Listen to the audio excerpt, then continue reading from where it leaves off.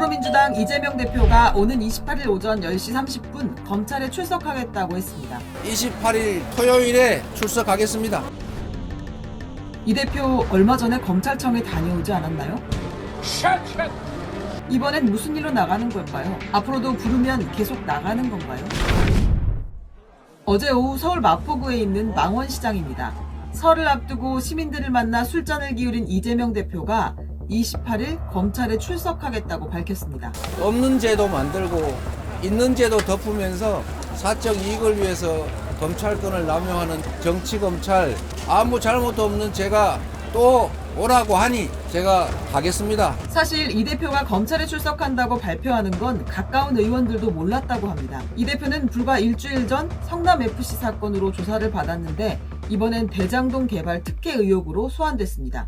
성남시장 시절 대장동 민간 개발업자들에게 특혜를 줘 수천억의 부당 이익을 챙기게 했다. 그 결과 성남시에 손해를 끼쳤다는 게 검찰의 논리인데요.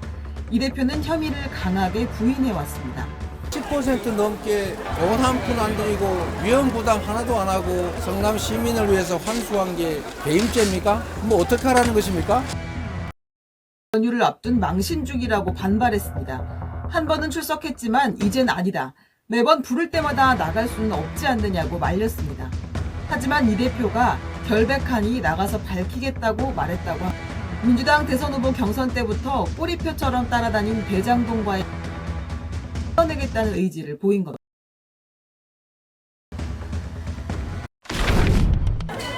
검찰은 정치 보복, 사건 조작, 정적 제거하느라고 일반 형사사건 처리도 못해서 미제 사건이 쌓여도 아무 상관없겠지만 저는 국정 그리고 당무를 해야 되겠습니다. 이 대표는 그러면서 검찰이 제안한 27일과 30일이 아닌 28일을 역으로 공개 제안했습니다.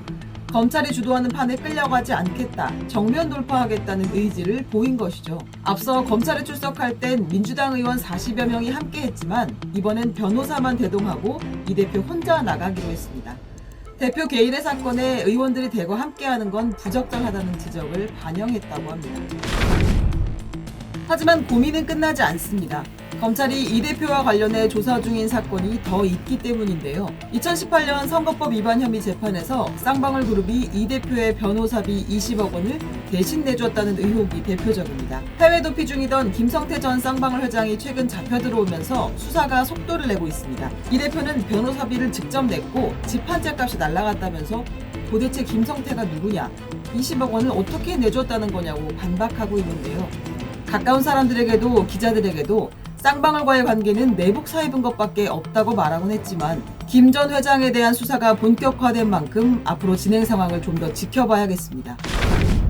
이 대표는 기소가 돼도 당대표직을 계속 유지하겠다는 의지를 강하게 드러냈습니다.